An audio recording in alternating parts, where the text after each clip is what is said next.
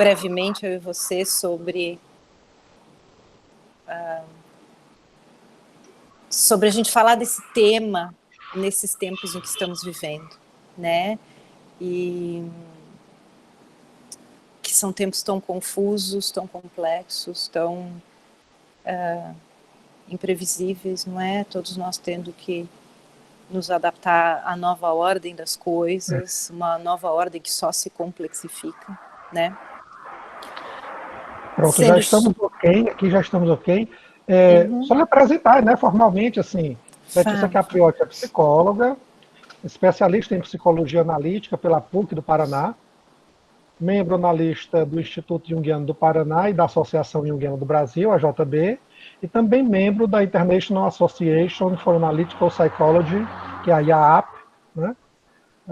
Então, Letícia, muito grato por aceitar o convite do Anima, tá muito bom ter você aqui, um grande prazer lhe rever, né? Nos conhecemos ano passado, então, muito bom mesmo, muito grato, e vamos à palestra, espero que todos aproveitem bastante.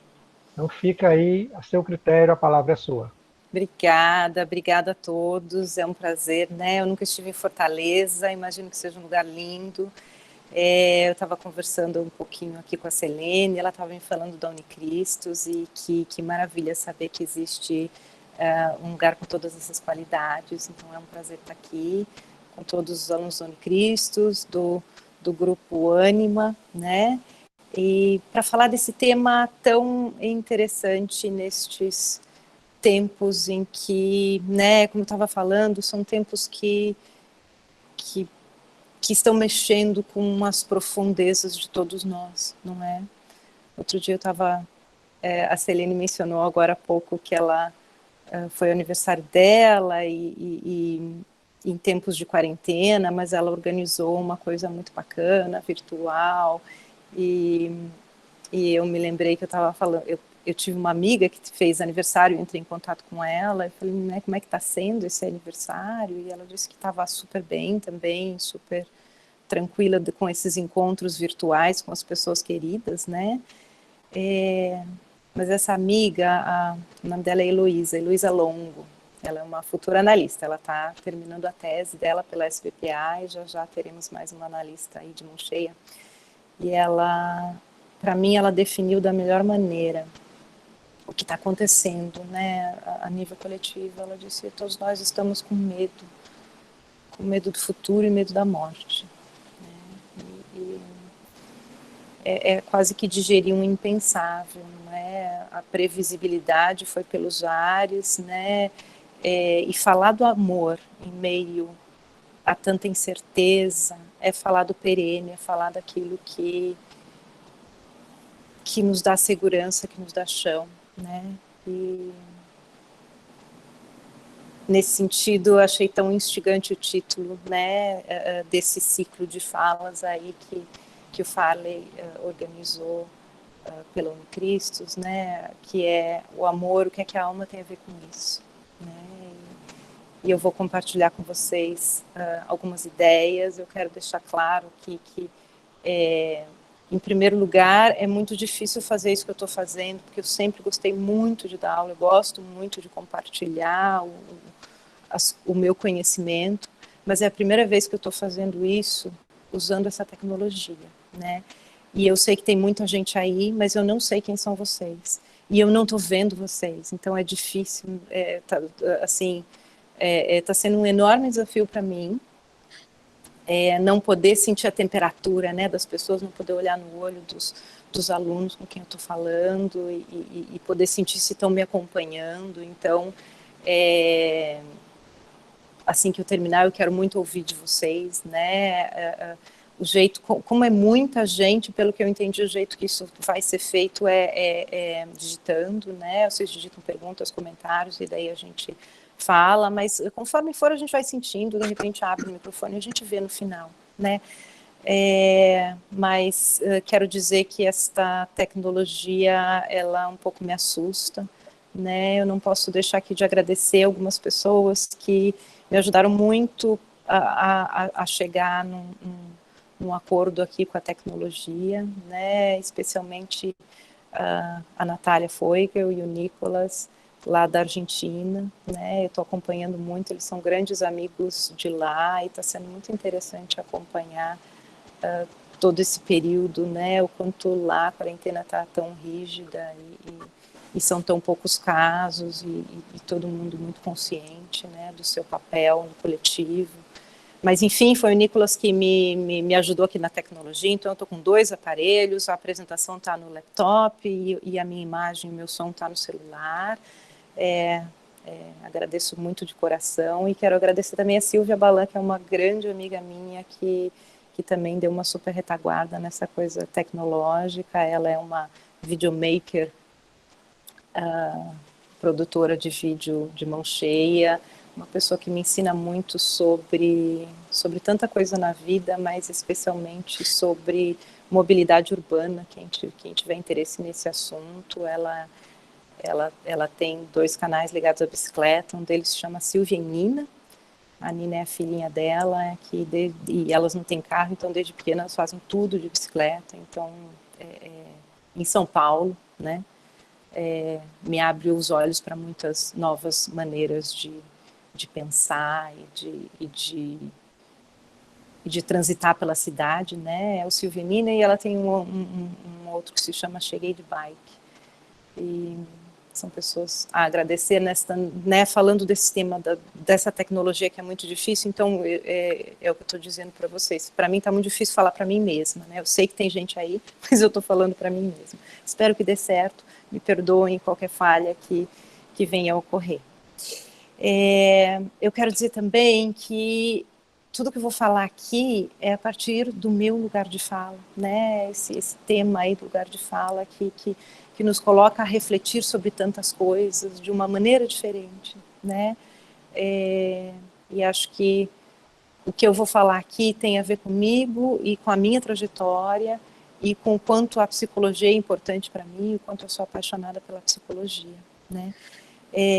Eu vou contar muitas histórias aqui hoje, né? Conforme essa apresentação foi se formando dentro de mim, e eu quero depois voltar a falar desse tema, foram surgindo várias histórias, e eu fiquei com vontade de compartilhá-las com vocês, né? Algumas são histórias, muitas são histórias minhas, algumas não são minhas, são de outras pessoas. E eu fiquei pensando, né, por que essas histórias estão vindo? E aí eu tenho uma outra grande amiga chamada Fabiana Prando, que para mim é a melhor contadora de história que eu já conheci. Ela é de São Paulo, ela está a 1000 por hora, faz 1000 coisas. Ela tem um programa de rádio chamado Era uma Vez, sobre histórias, onde ela entrevista autores. Ela e a Cecília Podemiller, de uma livraria maravilhosa de São Paulo chamada Paná Paná. Elas têm esse programa de rádio já há muitos anos, e agora recentemente a Fabi, junto com a Eliana Aitier, estão com um programa também na rádio chamado Mitomaníacas. Mas a Fabiana me ensinou muito sobre o poder das histórias e sobre o quanto nós somos feitos de histórias, né? E a Fabi também está agora com um canal no YouTube, que eu sempre quis que as histórias que eu ouvi ela contando saíssem do âmbito de um grupo pequeno, e agora ela abriu este canal em que ela conta histórias, elas são gravadas, chama-se Fabulando, e é fantástico. Mas é isso, né? Tudo isso para dizer que nós somos feitos de histórias, e é por isso que eu vou contar muitas histórias aqui. E tudo que eu estou contando, eu gostaria que vocês ouvissem com os ouvidos de alguém que está compartilhando algo que é muito importante. Por que é que eu compartilho as minhas coisas, né? Eu acho que é um pouco naquela linha do, né, queres ser universal, fala de sua aldeia, né? Então eu espero que as histórias que eu vou compartilhar aqui toquem o coração de vocês. E como diz aquele dito alquímico, né, um livro abre o outro. Então eu espero que as minhas histórias abram histórias dentro de vocês também, né? Só me sinalizem, por favor, se mudou aí o slide, se está aparecendo o meu título. Maravilha, obrigada, Fabiola. O título da minha fala é Eros e Psique, o amor pela alma na análise e na vida. esse amor vai estar permeando toda a minha fala, né? Eu vou, como eu falei, ao longo de como eu fui constituindo o que eu ia falar para vocês, muitas figuras foram surgindo, então eu acho que eu vou fazer muitos tributos aqui a pessoas que foram me constituindo ao longo da minha formação profissional, né? E acho que eu não posso deixar de mencionar a nível pessoal 3 pessoas, né? Eu sou de Curitiba, e 3 pessoas muito importantes para mim. O meu primeiro analista, né? Um junguiano chamado Armando de Oliveira e Silva, e 2 analistas junguianas, a Renata Cunha Vent e a Maria de Lourdes Baião Sanches, a Lurdinha, que foram verdadeiros exemplos e que muito constituem a analista que eu sou hoje. E dentro deste olhar, né, acho que assim, isso a nível pessoal, mas a nível teórico, né, a minha grande referência, o meu grande mestre aí é obviamente o Jung, né. E eu vou compartilhar uma outra história minha. Eu tive a oportunidade, durante algum tempo, de fazer aulas de Tai Chi Chuan. Né? Não sei se vocês conhecem essa arte marcial, né? E várias coisas me fascinavam no Tai Chi.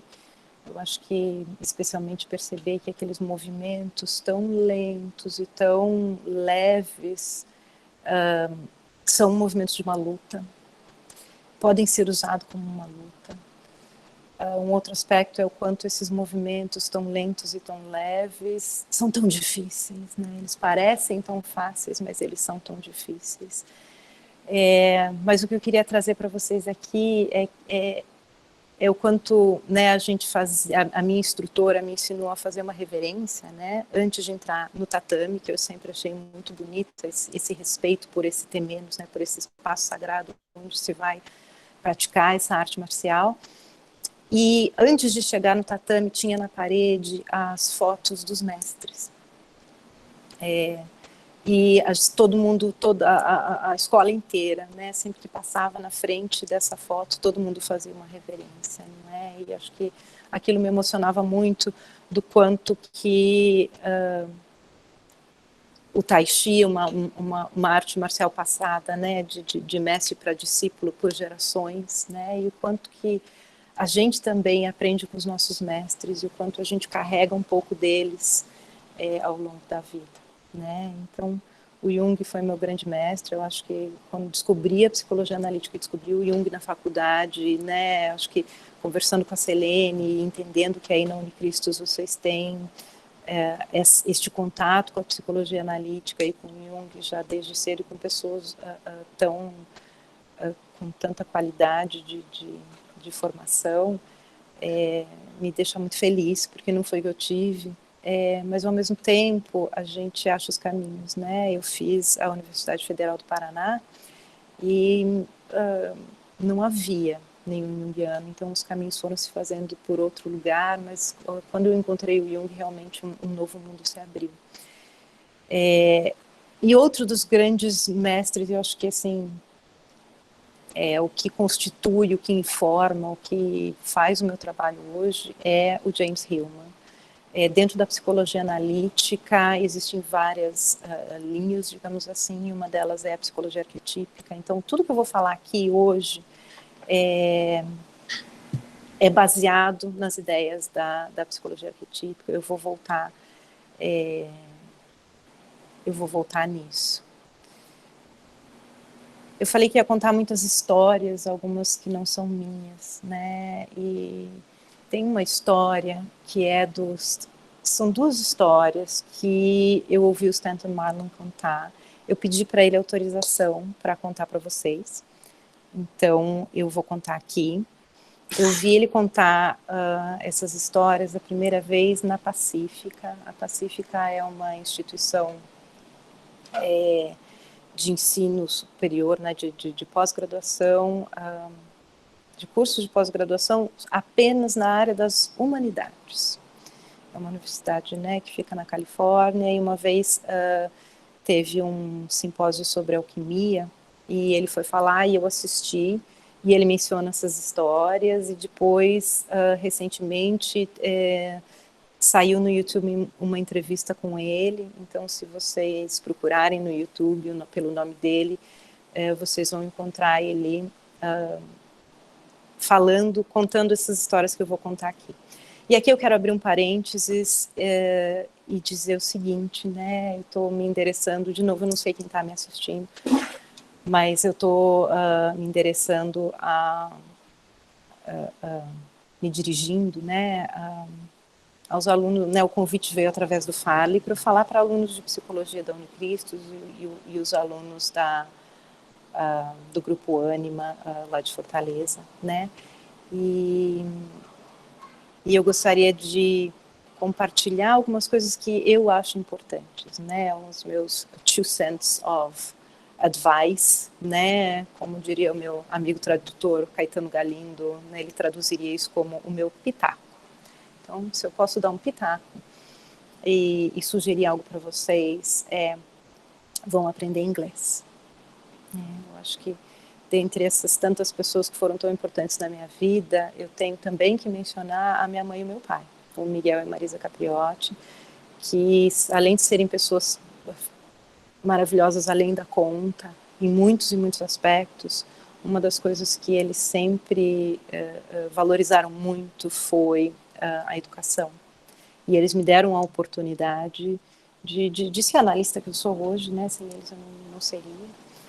E a outra coisa foi a possibilidade de estudar inglês, né? E como abre portas, como abre... Só de você não ter que ficar preso esperando que um livro importante ou de um assunto pelo qual você se interessa seja traduzido, e você poder ter acesso a isso diretamente, são portais que se abrem, né? E claro que vocês não precisam, né, aprender inglês para virar professores de inglês, não é nada disso, é um mínimo para você saber, conseguir ler e conseguir ouvir, né? E poder então ter acesso a tudo isso, né? Mas contando as histórias, né? O Stanton Marlin conta a história de quando ele era criança, e a brincadeira favorita dele era brincar com as pedras no quintal, e desenhar e escrever com as pedras na calçada.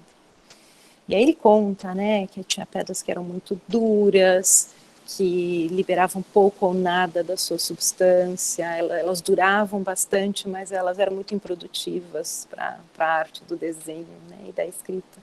Havia aquelas pedras muito moles que se desfaziam na primeira escrita, e aquelas que eram um meio termo, né, que eram as favoritas dele, que elas mantinham parte da sua substância, sem se entregar, sem se desfazer. E ele brincava diariamente com essas pedras, e daí ele diz, havia algo de enigmático nelas. Com as pedras eu estava sozinho, e no entanto não estava só. Como se fossem joias ali para qualquer um aproveitar. Um tesouro a céu aberto. E aí ele conta que depois que ele cresce, ele ganha um daqueles, não sei se vocês se lembram, tinha uns jogos de química para criança. Então vinham vários frascos e várias substâncias para você misturar e fazer experimentos, né? E aí ele conta como ele ficou fascinado, porque na caixa tinha dizeres assim: aprenda a roubar o azul do céu, aprenda a capturar o verde da grama, né? Aqui você vai ser capaz de capturar o verde da grama. Eram palavras mágicas e provocativas que o fascinaram, né?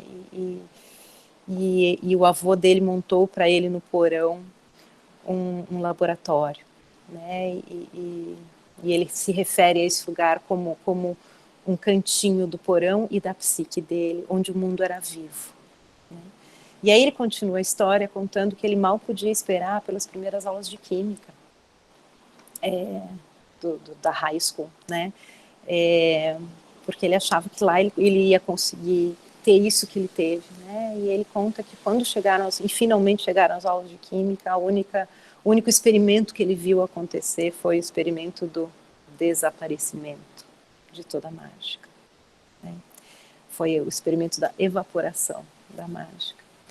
E aí eu peguei uma citação do fim do texto dele, ele diz assim, ó: a magia havia desaparecido, mas para mim os vasos da ciência natural não extinguiram meu amor pela cor e pela transformação, pela pedra e pela magia que estavam presentes no meu primeiro laboratório. E a gente agradece ele não ter perdido este amor pela magia, porque então hoje a gente tem todos os escritos dele, né? Ele vai lançar agora, tá para sair uma compilação dos escritos dele sobre alquimia, e ele escreveu também um livro muito importante dentro da alquimia chamado Black Sun, o Sol Negro, com todas as imagens relacionadas a Nigredo e alquimia. E por que eu trouxe essas histórias e por que eu trouxe tudo isso? Eu quero amarrar isso tudo com uma provocação do James Hillman, que vem a seguir, que é o seguinte: o James Hillman diz assim: quando a psicologia se torna uma especialidade e a psique é divulgada no manual acadêmico, a alma desaparece.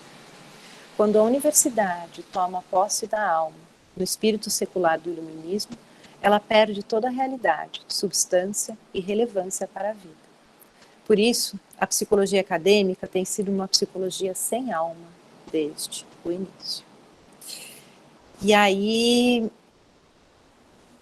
eu, fico imaginando vocês, alunos de psicologia, será que vocês enxergam a alma no que vocês estão aprendendo? Onde está a alma disso tudo? Eu encontrei na psicologia analítica do Jung, e especificamente na psicologia arquetípica do James Hillman. E aí a gente vai entrar na história, e no mito. Talvez pessoas de outras áreas não entendam por que a gente estuda mitologia. Ou mesmo pessoas de outras áreas dentro da própria psicologia, de outras linhas da psicologia, acham meio estranho, mas por que esses junguianos aí ficam estudando mitologia? E eu posso dizer para vocês que é uma das melhores formas da gente saber da alma humana, Se queremos entender o ser humano, vamos compreender as suas histórias, vamos compreender as histórias que nos constituem, não é? E como um mito é aquilo que nunca foi, mas sempre é. Os mitos estão falando da nossa natureza humana. Eu trouxe também uma citação de uma outra pessoa que é muito referência para mim, o nome dele é Michael Meade. Eu vou ler para vocês, ele diz assim: a imaginação mítica pode quebrar o feitiço do tempo e nos abrir para um nível da vida que permanece eterno. O mito não é sobre o que aconteceu no passado. Mito é sobre o que acontece com as pessoas o tempo todo. Não é isso, Quando a gente fala de mitologia, estamos falando de nós mesmos,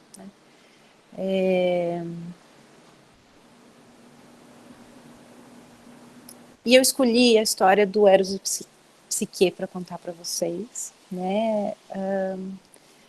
É uma história, eu quero deixar muito claro que eu não vou aqui interpretar o mito, Se a gente fosse analisar o mito inteiro, a gente precisaria aí de muitas e muitas mais horas. A ideia não é fazer uma análise do mito, não é interpretar, até porque eu me incomodo um pouco com esse olhar interpretativo, e mesmo com a palavra interpretação, eu acho que...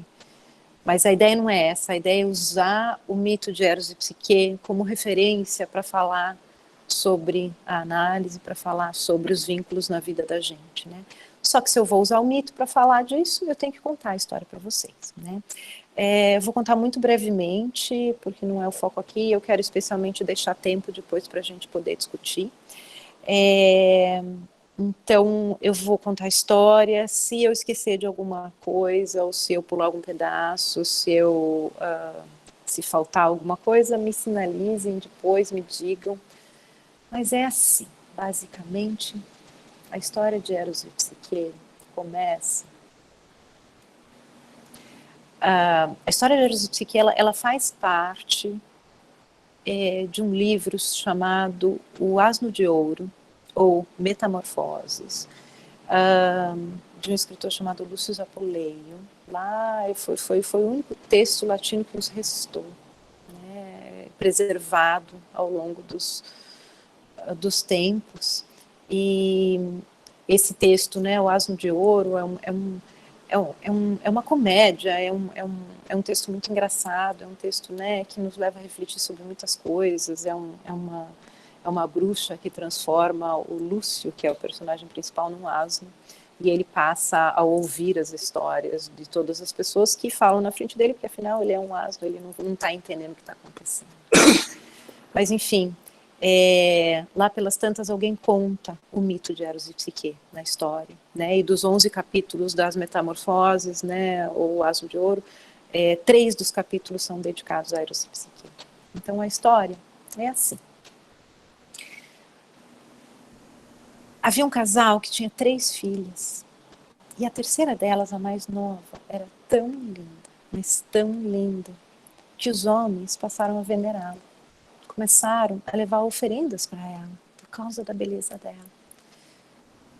E com isso, os templos de Afrodite começaram a ficar vazios, porque os homens estavam tão fascinados por Psique que esqueceram de Afrodite.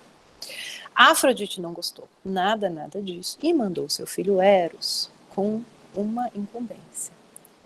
Pegue a sua flecha e faça com que Psique se apaixone pelo mais abjeto e ignóbil dos seres. E Eros vai até ela, só que quando ele chega perto dela, ele mesmo se apaixona por ela. Dizem que ele mesmo pica o seu dedo na sua própria flecha e se apaixona por ela. Sabendo que a mãe dele não ia gostar nada disso, ele faz uma artimanha, e com isso a família de Psique consulta um oráculo que diz a eles: levem Psique ao alto daquele penhasco e deixem que ela fique lá. Ela vai ser levada por um monstro marinho. E assim eles fazem, e Psique vai achando que vai ser levada por um monstro, quando na verdade ela é levada pelo vento, ela é levada por Zéfiro. E ela é levada para o palácio de Eros, onde ela é servida por vozes e ela tem tudo aquilo que ela desejava. Tudo que ela desejasse, ela seria servida. E à noite, no escuro, Eros vinha e lhe disse: tu és minha esposa, e você vai ter tudo que você deseja. Só a única coisa que você não pode é ver quem eu sou. E assim as noites se passam, e com muita alegria, ela está muito feliz neste lugar, embora ela não possa ver com quem ela está casada. Até que um dia ela fica com muita saudade da família dela, e ela pede para Eros que ela possa deixar que as irmãs a visitem, para que as irmãs vejam que ela está bem. E quando as irmãs chegam e veem aquele palácio tão cheio de ouro e coisas tão preciosas, elas começam a desconfiar, e elas colocam Psique na parede, e Psique acaba confessando: eu não sei quem é meu marido, tem esse interdito, eu não posso ver quem ele é. E elas dizem: mas então você está casada com um monstro, faça o seguinte, pegue esta adaga e esta lamparina, e à noite, quando ele estiver dormindo, acenda a lamparina e corte seu pescoço. Qual não foi a surpresa de Psique ao acender a lamparina e perceber que quem estava ao lado dela era Eros. E no susto, uma gota de óleo da lamparina cai nele e ele acorda. E se sentindo traído, ele foge e Psique fica sozinha e desolada. E então ela vai até o templo de Afrodite, pedir que Afrodite intervenha e possa unir novamente os dois. Afrodite, então, lhe dá 4 tarefas que seriam praticamente impossíveis. A primeira tarefa, deixa eu ver se eu consigo colocar isso aqui. A primeira tarefa seria a de separar de uma montanha de sementes diferentes, das sementes dos mais diversos tipos, ela tinha que separar cada uma delas por tipos, e Psique diz, não vou conseguir. Vai ser impossível. E aí ela é ajudada pelas formigas e a tarefa se cumpre em uma noite, né, que era o tempo que ela tinha. Depois, a segunda tarefa é que ela traga para Afrodite lã de ouro dos carneiros selvagens. E novamente o Psique acha que não vai conseguir, e dessa vez ela é ajudada por um caniço da beira do rio que lhe diz: não vá ao meio-dia. Ao meio-dia, os carneiros estão mesmo muito raivosos e eles vão te atacar. Vá ao fim da tarde, em que eles estão cansados e eles vão descansar, e colha das árvores por onde eles passaram, colha os tufos de lã que eles deixaram lá. E assim ela faz. A terceira tarefa, ela teria que buscar água, buscar uma jarra, colocar numa jarra água da fonte que nascia lá no alto daquela montanha, da fonte, da nascente do rio Estige. E ela pensa também que não vai conseguir, e então ela é ajudada por Zeus. Zeus se metamorfoseia numa águia, pega a jarra para ela, enche a jarra e lhe entrega.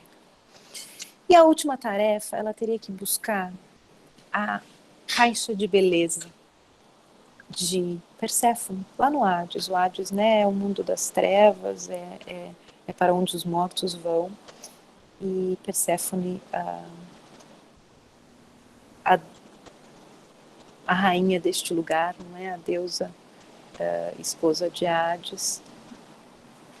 E Psique teria que buscar essa caixa de beleza de Perséfone. E Psique busca, consegue, né? Tem 1000 contratempos, não vou entrar nesses detalhes, mas ela consegue.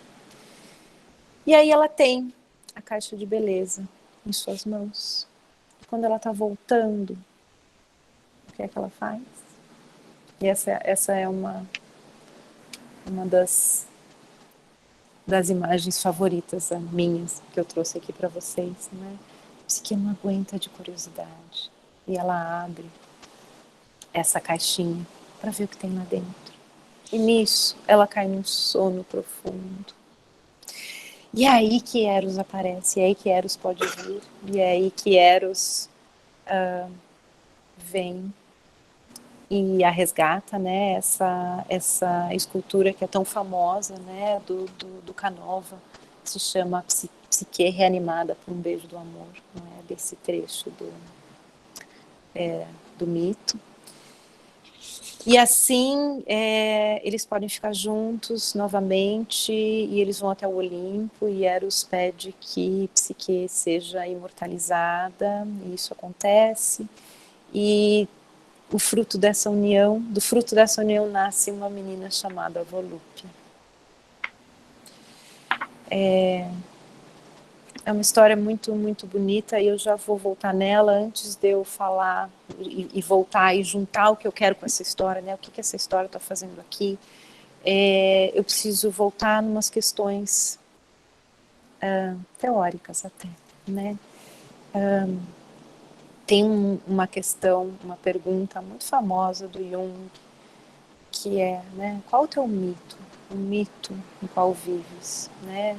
Essa pergunta está lá o Jung nos conta sobre isso lá no Memórias, Sonhos e Reflexões, no capítulo do Confronto com o Inconsciente, e ele conta, né, que foi uma figura da imaginação dele que fez essa pergunta para ele, e hoje em dia nós temos, né, acesso ao livro vermelho, onde a gente pode saber muito mais do que se passava, né?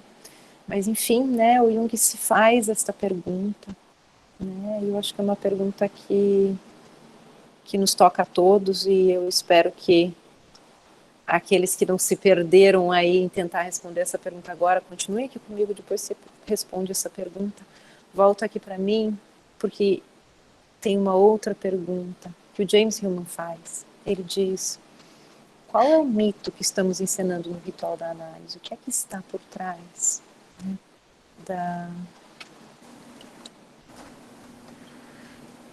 no processo de análise? Qual o mito que está presente? E ele escreveu um livro que se chama O Mito da Análise. Né? Tem um livro, ele não escreveu um livro, na verdade esse livro são 3 diferentes palestras, 3 diferentes falas dele, uma melhor que a outra, em que ele vai falar sobre o mito da análise. E aí sim eu vou entrar um pouco antes da gente entender, né, por que Eros e Psique é um mito que está por trás do processo de análise. Eu vou entrar em umas questões um pouco teóricas aqui. Vamos acompanhar o James Hillman. Quero dizer que todas as citações do James Hillman são desse livro aqui, O Mito da Análise, exceto uma delas que está lá no final, depois eu vou dizer qual é. Mas tudo isso que vem a seguir e que tem o nome do James Hillman é do Mito da Análise. Ele diz assim: comete-se o pecado de confundir reflexão com criatividade. E assim se define inadequadamente o objetivo da psicologia como tornar-se consciente. E aí vocês vão me perguntar, né, mas espera aí, se o objetivo da psicologia não é tornar-se consciente, qual é o objetivo da psicologia? Né? O que é que a gente quer? E aí a psicologia arquetípica responde essa pergunta dizendo que o grande objetivo, não só da análise, mas da vida, é cultivar a alma. E eu coloquei aqui uma imagem do livro vermelho. Aliás, todas as imagens que vêm a seguir nessa apresentação são imagens todas do livro vermelho.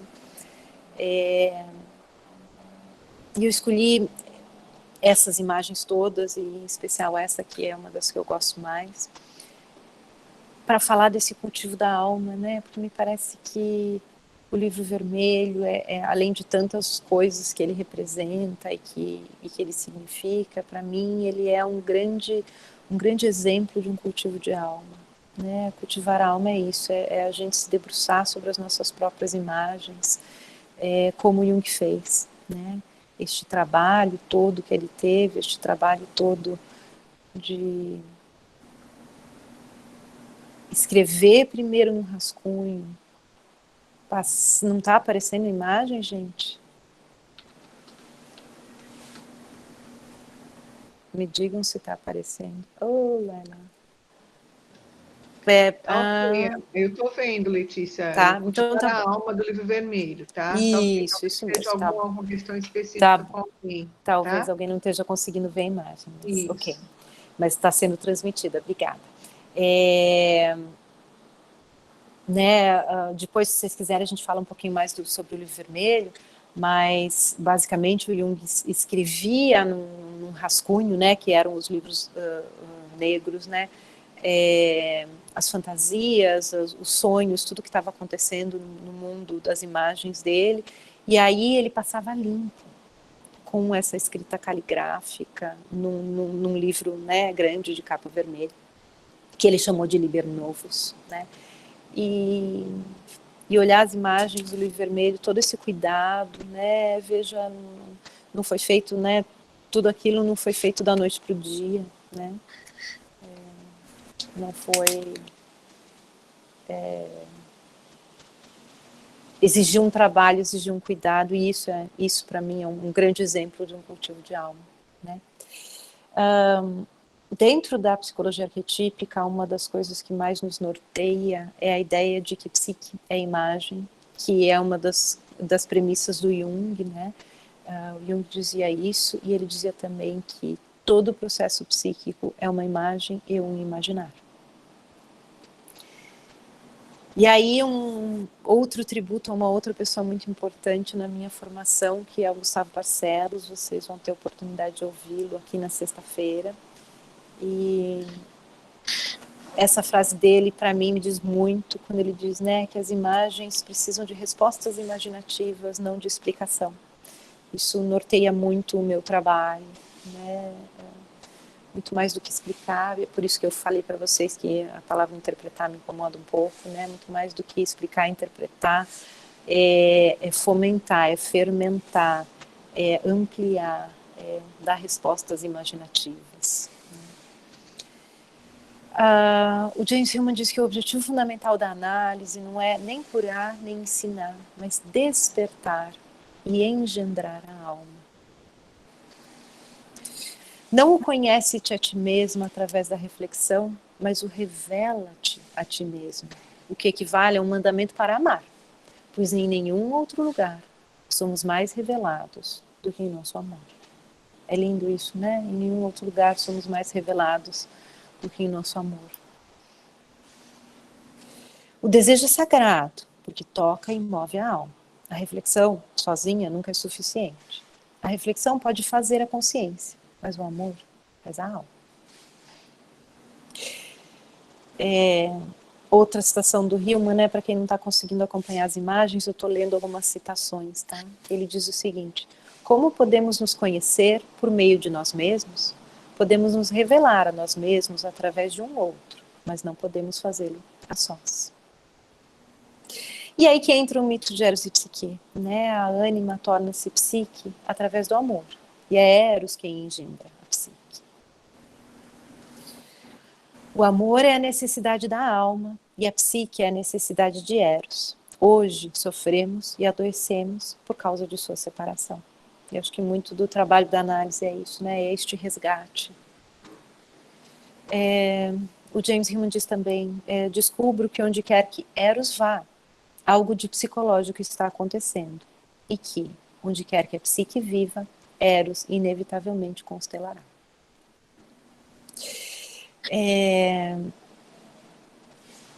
Essa é a única citação que não é do mito da análise, né? É uma citação de um livro dele fantástico que se chama O Sonho e o Mundo das Trevas, e ele diz assim: existe um amor no trabalho com os sonhos, vamos chamá-lo de amor imaginal.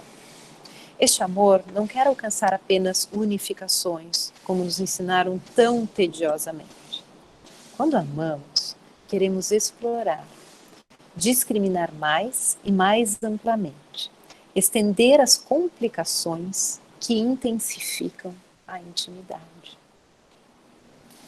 É uma pena eu não estar com vocês aqui na minha frente, porque realmente essa é uma frase que muito me impacta, especialmente essa última parte, né, a última frase de estudo, porque eu acho que é uma grande definição para Eros, né, quando ele diz assim, né, quando amamos, queremos explorar, discriminar mais e mais amplamente, estender as complicações que intensificam a intimidade. Eu acho que é uma bela definição de Eros, uma bela definição para Eros em tudo na nossa vida, né? Eu acho que o trabalho analítico não existe sem este tipo de curiosidade, é uma outra palavra que eu gosto muito, né? Esse desejo de explorar, este desejo de discriminar e de estender as complicações, de intensificar a intimidade. E agora eu tenho só mais essa última citação do Hillman que vem a seguir nesse próximo slide, que é uma citação bem comprida, mas que eu acho que é muito importante, que eu acho que encerra muito do que eu queria que vocês compreendessem hoje. E aí em seguida eu tenho uma citação do Livro Vermelho, do Jung, e aí eu vou falar mais algumas coisas e a gente encerra a minha parte e aí a gente abre para um diálogo, tá bom? O que o James Hillman diz e que muito me toca e que eu quero trazer para a gente juntar com o mito de Eros e Psique é o seguinte: ele diz assim, o opus da alma, né, o trabalho com a alma, o trabalho da alma, necessita a relação íntima, não tanto para a individuação, mas simplesmente para viver. Por isso, precisamos de relacionamentos muito profundos, através dos quais possamos nos realizar, onde a autorrevelação seja possível, onde o interesse e o amor pela alma sejam soberanos e onde Eros possa se movimentar livremente, quer na análise, no casamento e na família, ou entre amantes e amigos. A gente pode explorar isso, né, do quanto, enfim, né, acho que o suprassumo essencial do que eu queria compartilhar com vocês é isso, né? O quanto a nossa alma necessita de relações íntimas.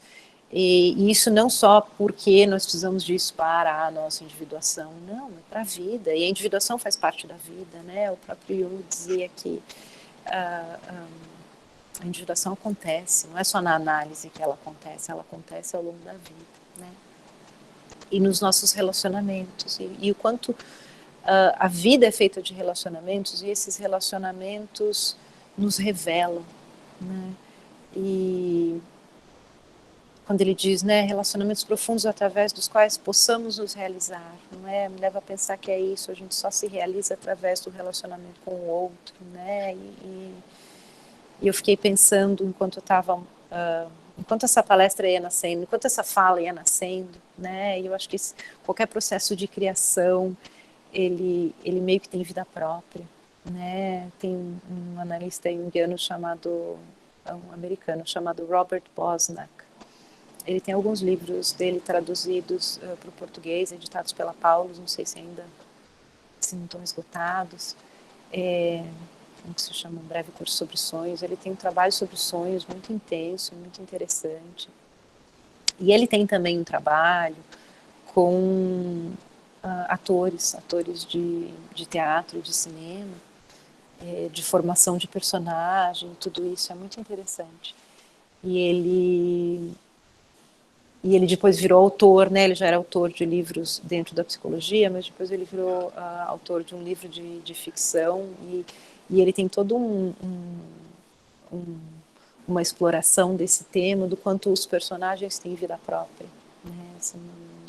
Você não consegue colocar coisas que não sejam do próprio personagem, né? Quando você vê, ele escapa das mãos do escritor, né? E essa é uma percepção que muitos escritores têm, né?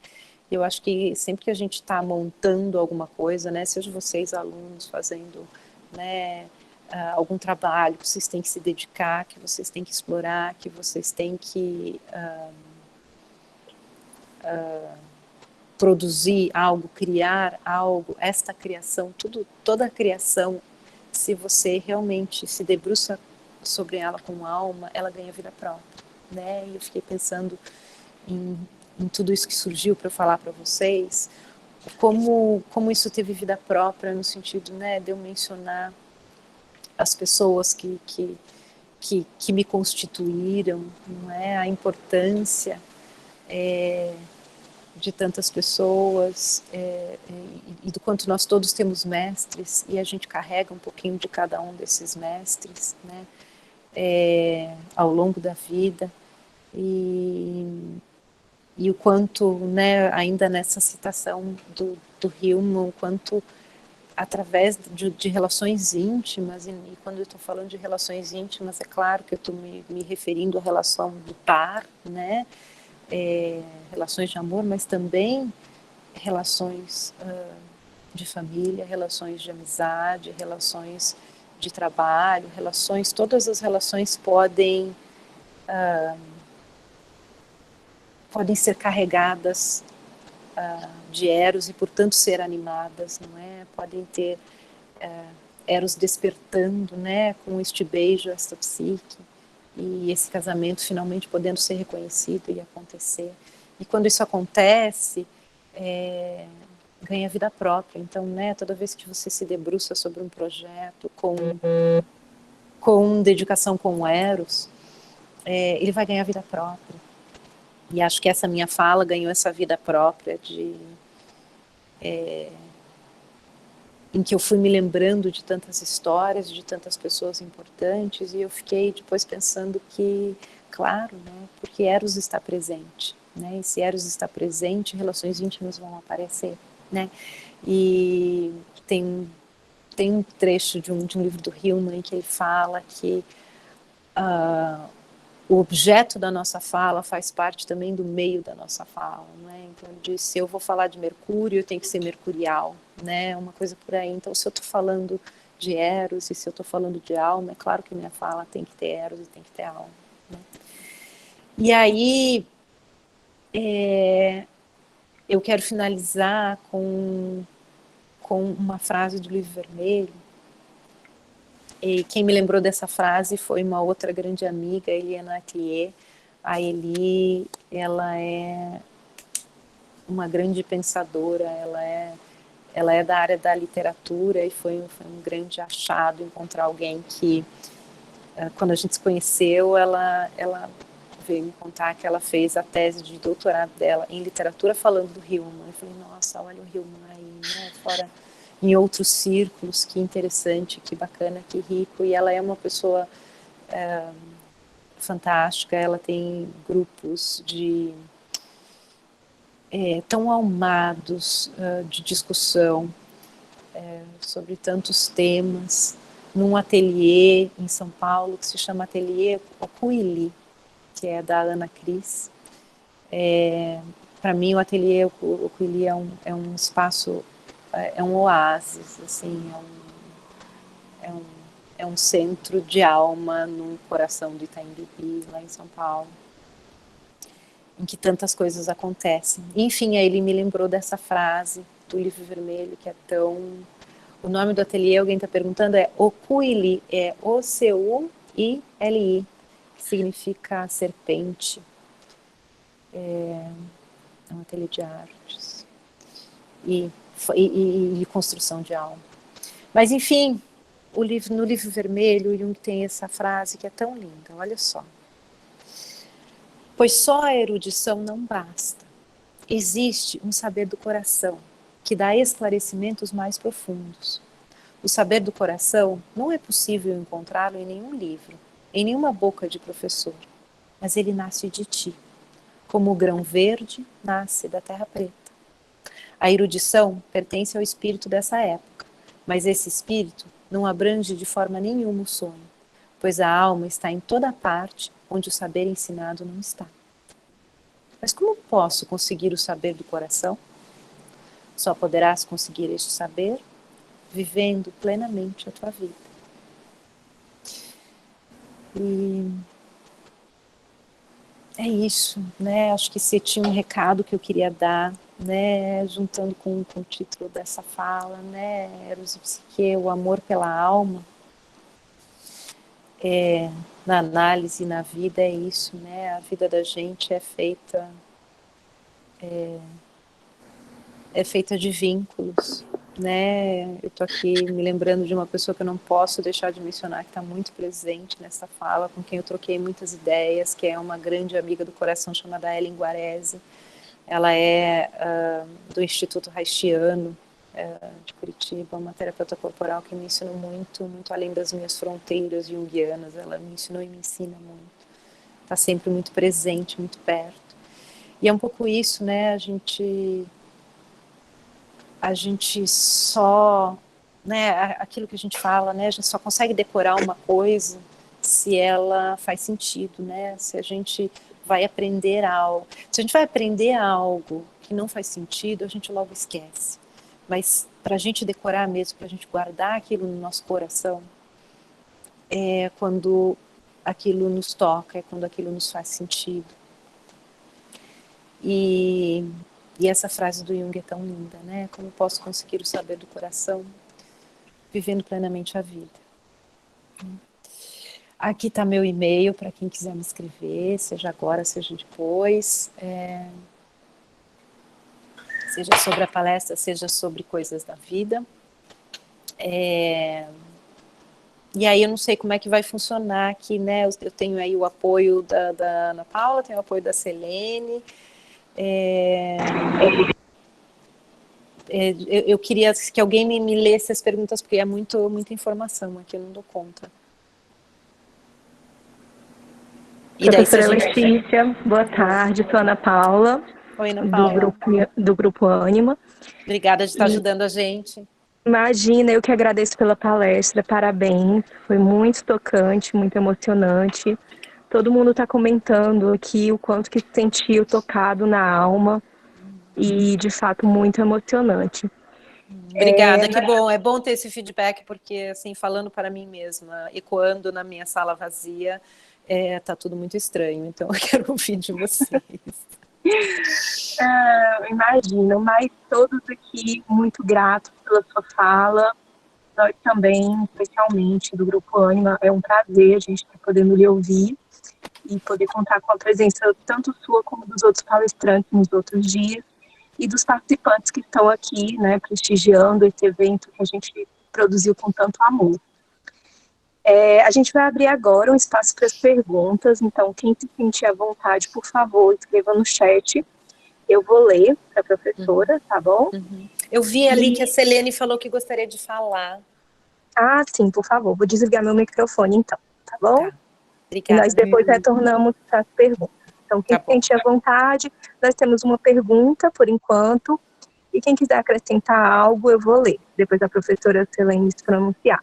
Muito obrigada novamente a todos. Obrigada.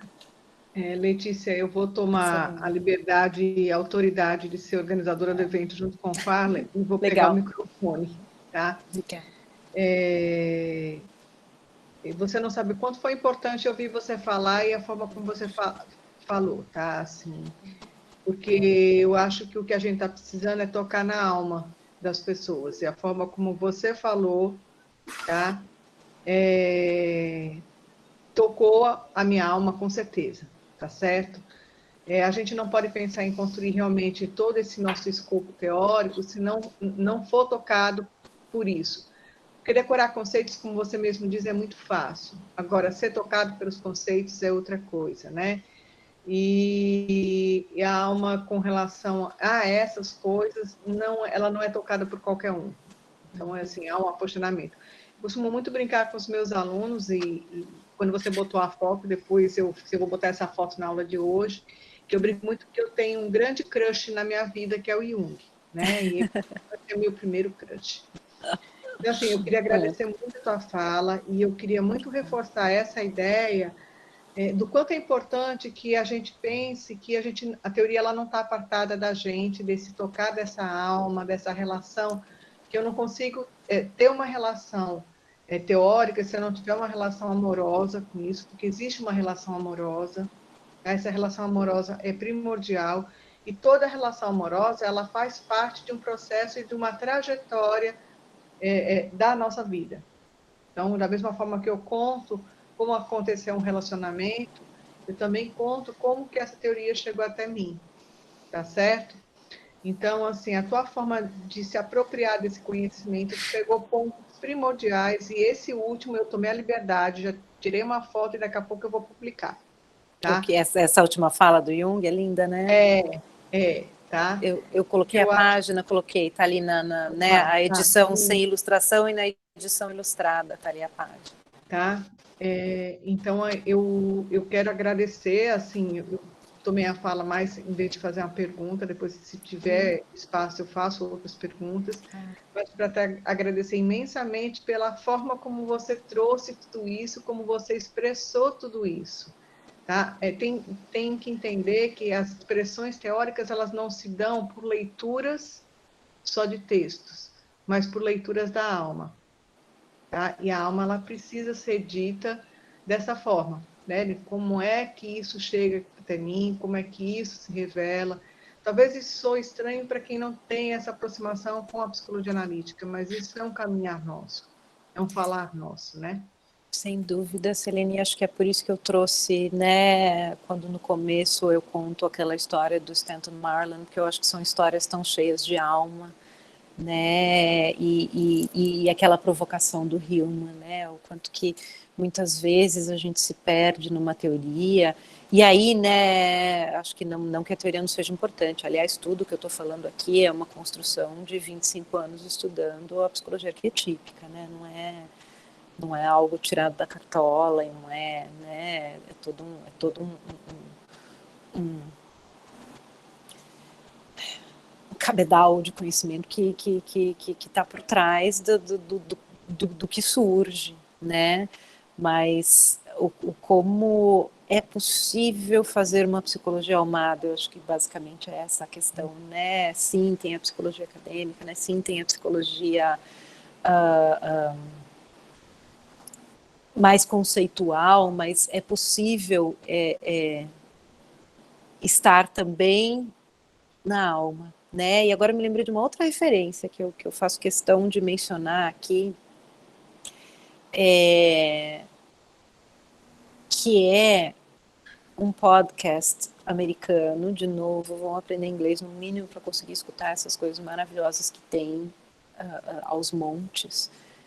Quando eu falei do Michael Meade lá da mitologia, lembram que deixa eu botar de novo aqui ele. Quando eu falei do Michael Meade, eu esqueci de mencionar, ele tem um podcast de mitologia. Michael Meade, ele tem um podcast que se chama Living Myth, o mito vivo, né? É um podcast onde toda semana ele enxerga os acontecimentos do mundo sob uma perspectiva mítica.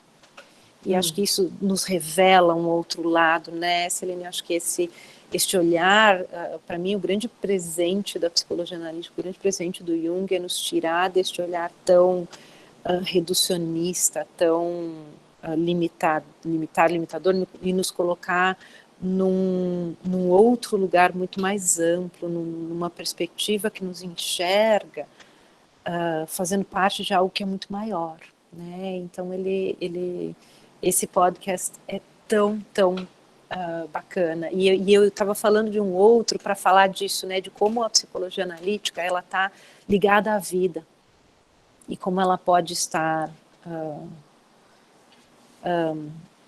presente em tudo enfim, de uma maneira não teórica, né? Na nossa vida. Tem um outro podcast que se chama This Jungian Life, né? Tem sim, a Ana Cris está aqui lembrando a gente do Mitomaníacas. Eu não sei se talvez você tenha perdido, Ana Cris, eu mencionei o Mitomaníacas, né? Falando de mitologia, sem dúvida, né?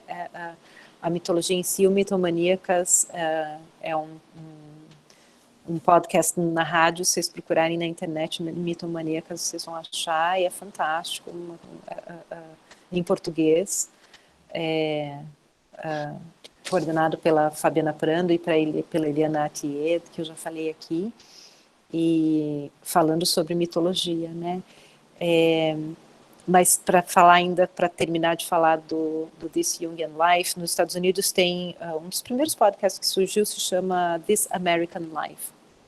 E aí esses 3 analistas fizeram esse podcast chamado This Jungian Life, que eu acho que traz a psicologia analítica para o dia a dia, né? Essa coisa de uma separação entre a academia, né? O que a gente aprende nos muros fechados da universidade, e a vida ser algo separado, é algo que a gente tem que começar a derrubar, né? Derrubar esses muros e trazer a psicologia para a vida. Essa era uma das grandes questões do James Hillman, né? Que a psicologia analítica, que a psicologia não tem que ficar fechada nos consultórios, a psicologia está no mundo e a psicologia tem que estar na vida, né? Então, eu ia fechar com alguma outra coisa, esqueci, agora me fugiu. Eu ia falar com alguma coisa que você falou, Selene, fugiu. Enfim, mas é isso. Tá? Obrigada, viu, Letícia? Eu acho que você trouxe algumas verdades que a gente precisa começar a refletir, né? De qual é essa psicologia que a gente está produzindo, que é ausente do coração e que está muito amarrada na razão, né? Se fala de uma humanização da psicologia, mas é uma psicologia que não fala da verdade, né? Ela fala de uma ficção, e a gente tem que começar a ver a verdade das pessoas. A alma, não é, Selene? É por isso que a alma é tão importante. A alma, tá? Ana Paula, pode assumir aí sua função, meu anjo. Já veio. Obrigada, Selene. De nada. Obrigada, professora Selene. Houve uma pergunta do Siddhartha Cavalcante. Qual a importância de os junguianos produzirem seu próprio material de trabalho com o inconsciente, tal como Jung o fez, registrando seu diálogo com a alma nos livros negros e no livro vermelho? Que pergunta legal, Siddhartha, que tema legal da gente falar, né?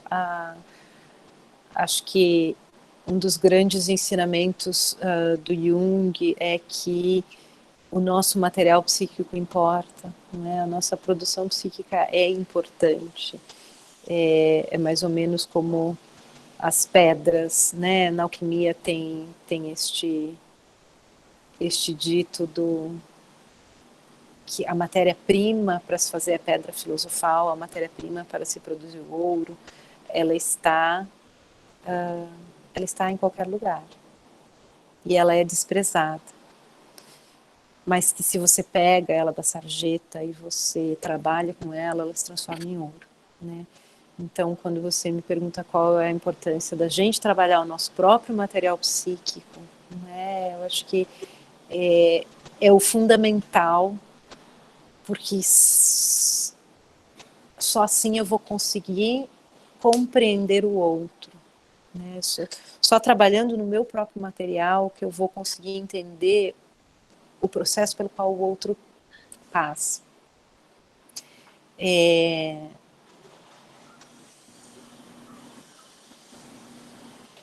E trabalhar o seu próprio material não é fazer igual o Jung fez, né? Eu acho que é isso, né?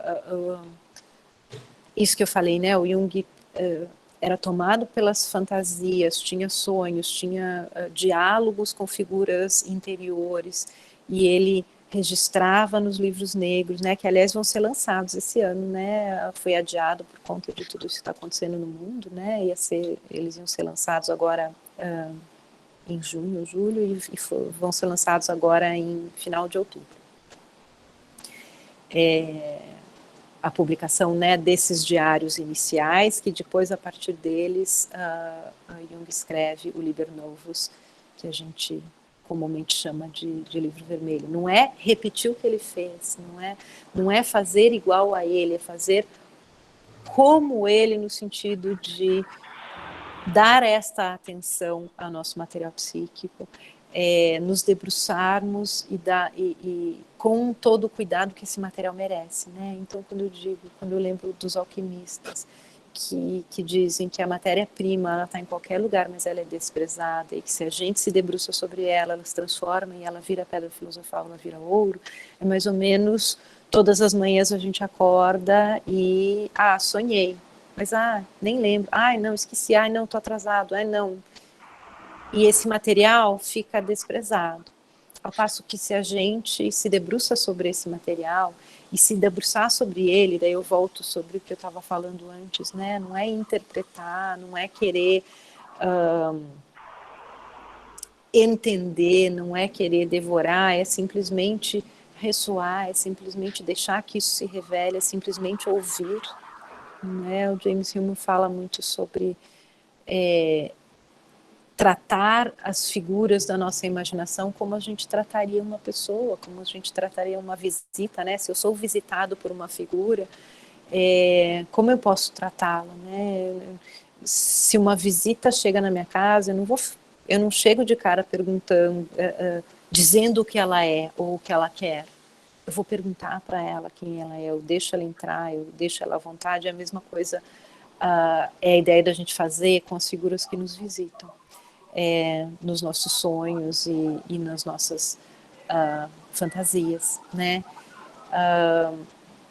Então, qual a importância? É fundamental, né? Por que é que a gente faz isso? Para a gente conhecer a psique. A gente só vai conhecer a psique do outro e a gente só vai conseguir trabalhar com a psique do outro se a gente trabalha com a nossa, né?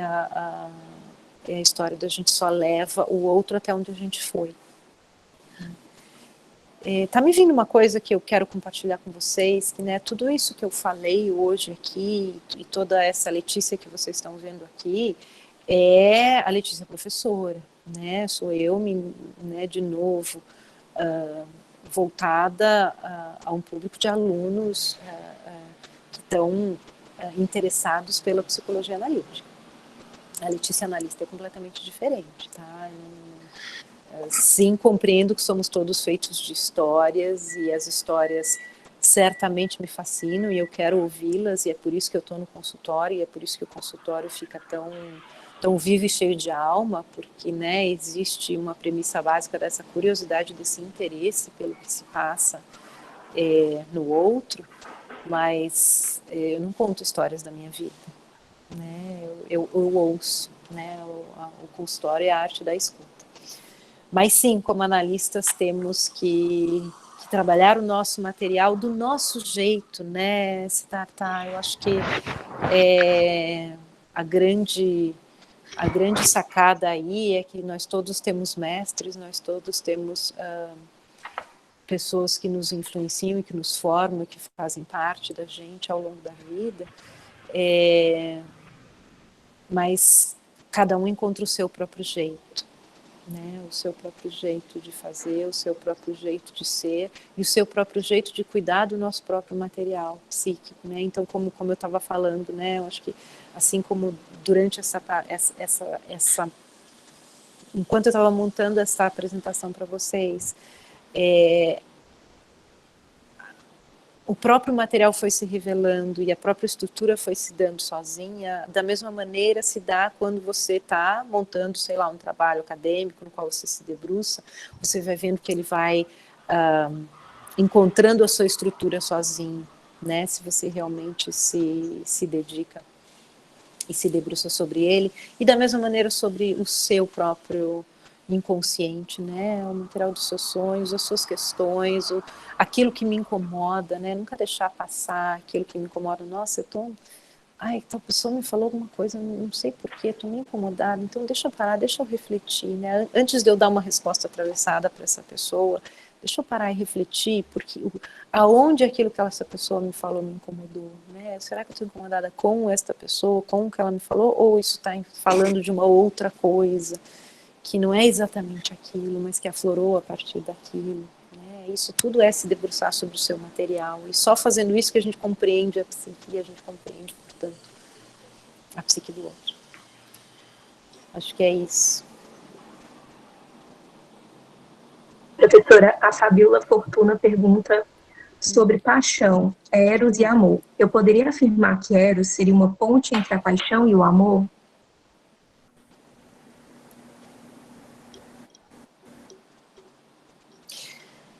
Não sei.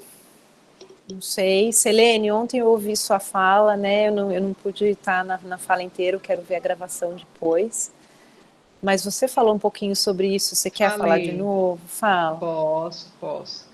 É assim, eu acho que a própria história do Eros e Psique é a história do caminho entre a paixão e o amor, né?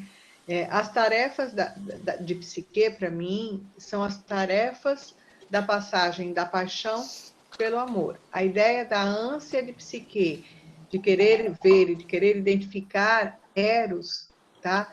É o típico da paixão, tá? Então, eu acho que essa trajetória das tarefas da psique são as tarefas que a gente tem para chegar ao amor, né? Então, eu acho que a paixão é a Eros antes de ver, antes de Psique ver Eros, tá?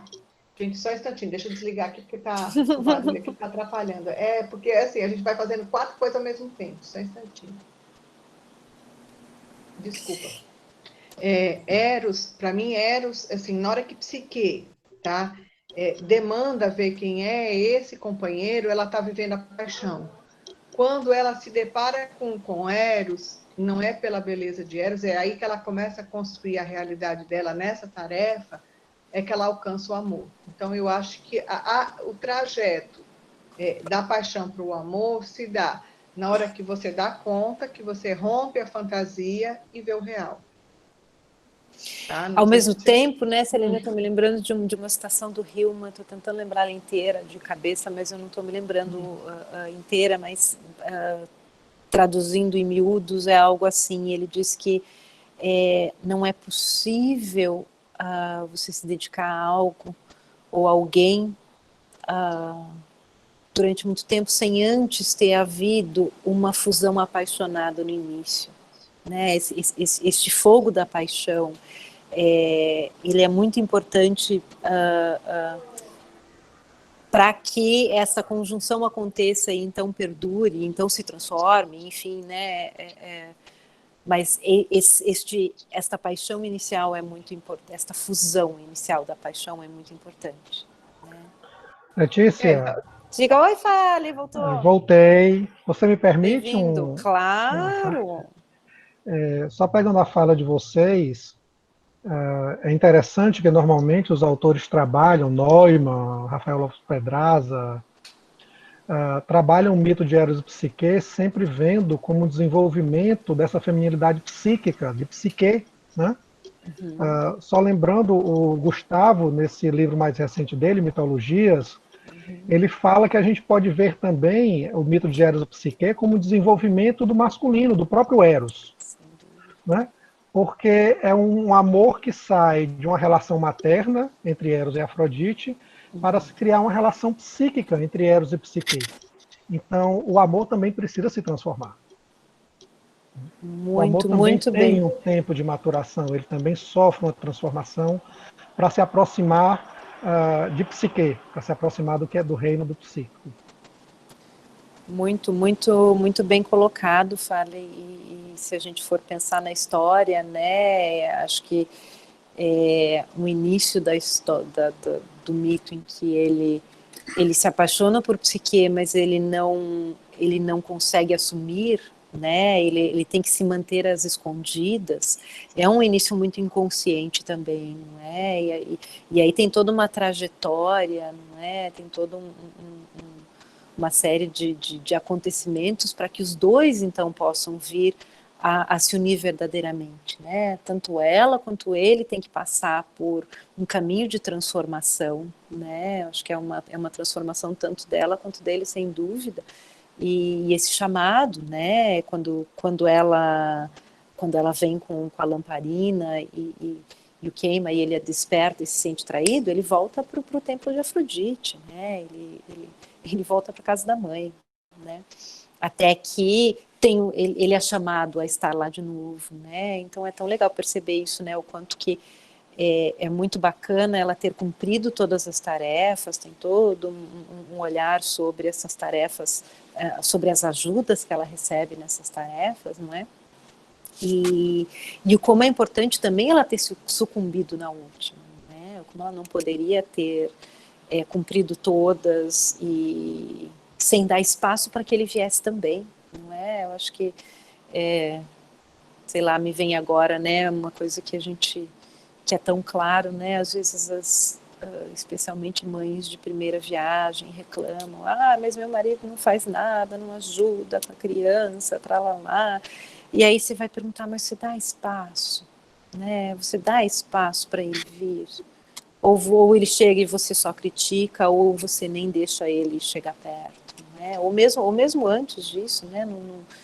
Num relacionamento, ele nunca me liga, tá? Mas você dá espaço para ele te ligar? Ou a cada 5 minutos você tá ligando, não dá nem tempo dele respirar e ele sentir saudades e ele querer te ligar e você já tá ligando, né? Esse espaço para que eles possam vir.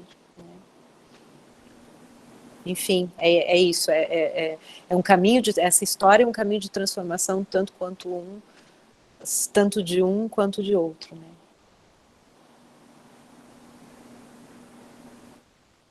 Professora, finalizando esse nosso momento das perguntas, a Cecília Mascarenhas fez 2 questionamentos.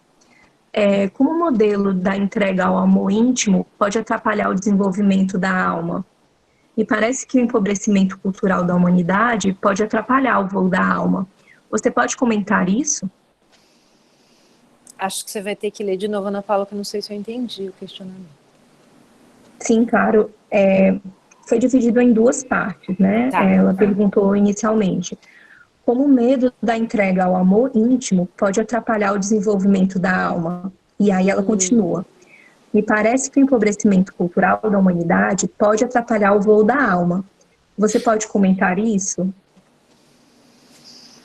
Não sei não sei muito bem o que você quer dizer com empobrecimento cultural, né? Mas eu acho que pensando no que atrapalha o voo da alma, eu acho que são tantas coisas desse nosso desse nosso mundo moderno que é tão centrado no racional, que valoriza tanto o progresso, o desenvolvimento, o para frente, essa coisa mais titânica, né?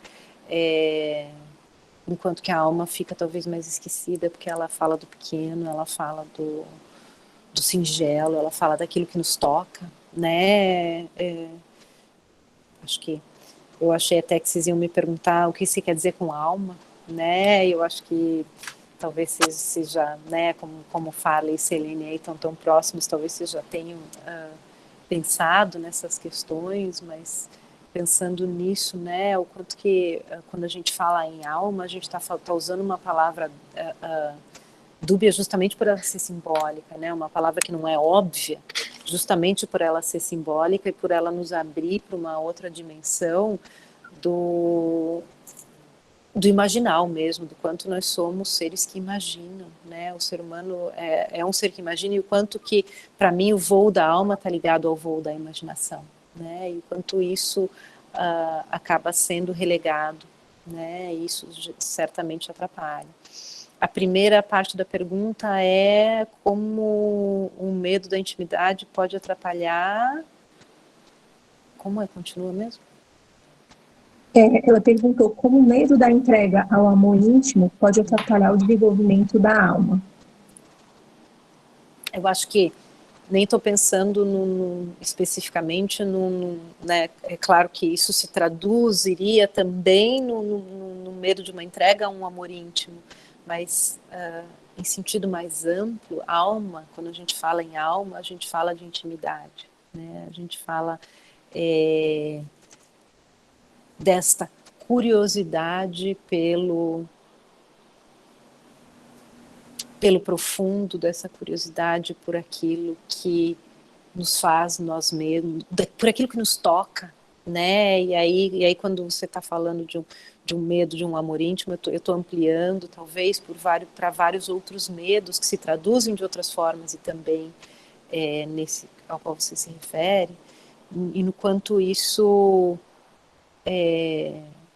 realmente bloqueia um trabalho de fazer a alma, né? Quando a gente refreia a intimidade, quando a gente tem medo de se debruçar sobre aquilo que é o desconhecido, sobre aquilo que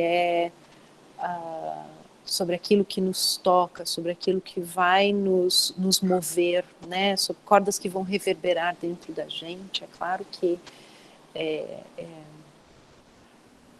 claro que o trabalho com a alma fica, digamos, congelado, né? Frozen, né? Mas, e talvez o exercício para esse resgate seja um exercício que começa do pequeno mesmo, não necessariamente nisso que você está se referindo como amor íntimo, e daí eu estou imaginando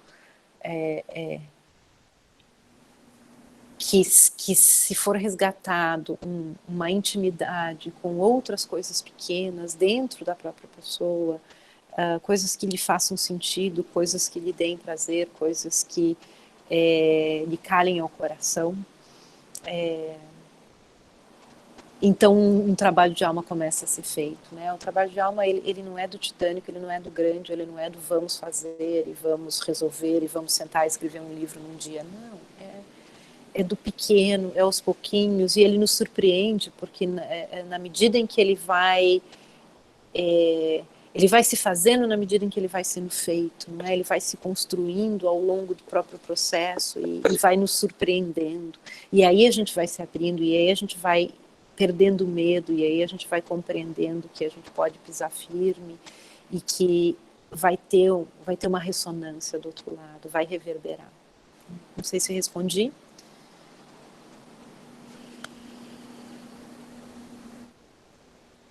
Professora, ainda há mais um espaço para uma última pergunta. Eu vi agora que a Ana Cristina Aloia fez uma pergunta aqui no final do chat.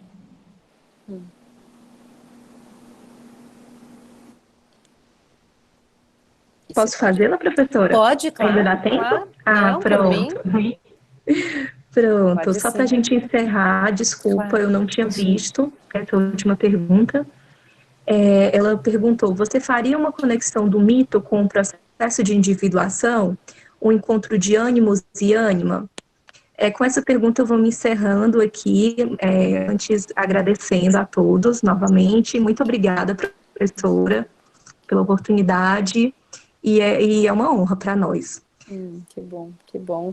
Certamente, acho que esse mito, né, como o Fábio nos lembrou também, né, o que o Gustavo traz nesse último livro que ele publicou, que é maravilhoso, aliás, chama Mitologias Arquetípicas.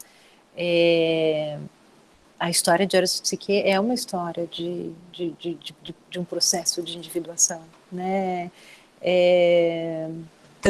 Tanto da psique, né, que passa por todo este processo para chegar, enfim, à imortalidade no Olimpo, né, não sem percalços, não sem tantos sofrimentos, né, e sem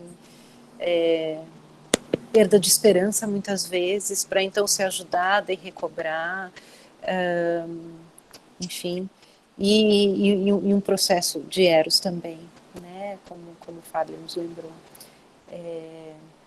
Ânima e ânimos, não sei, não gosto muito dessas categorizações, me incomoda um pouco, sabe? Eu prefiro olhar as coisas sob um outro ângulo, mas certamente é uma história que fala de um processo de individuação e do como os nossos processos são intrincados, não é? E ao mesmo tempo tão belos, e ao mesmo tempo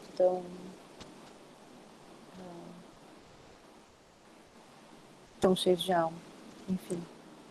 Espero ter respondido. Ok.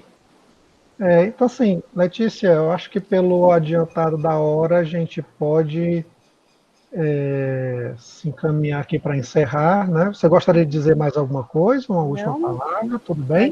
Agradecer novamente e estar muito feliz com tanta gente aí. Espero que realmente tenha conseguido. De novo, é muito estranho estar aqui falando sozinha. Mas fico muito feliz do convite, Selene, Fale, muito obrigada de novo e que gostoso estar trocando e dialogando.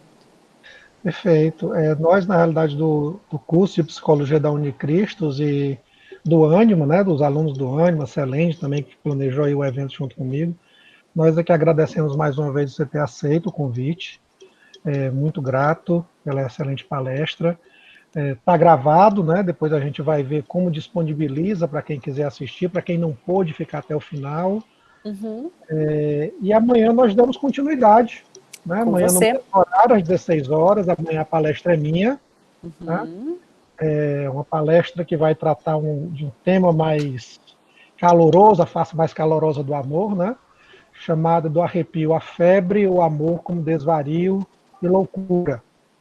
Então, aguardo vocês amanhã, no mesmo horário, às 4 horas, mesmo procedimento, e vamos dar seguimento ao evento. Muito grato a todos que ficaram até o final.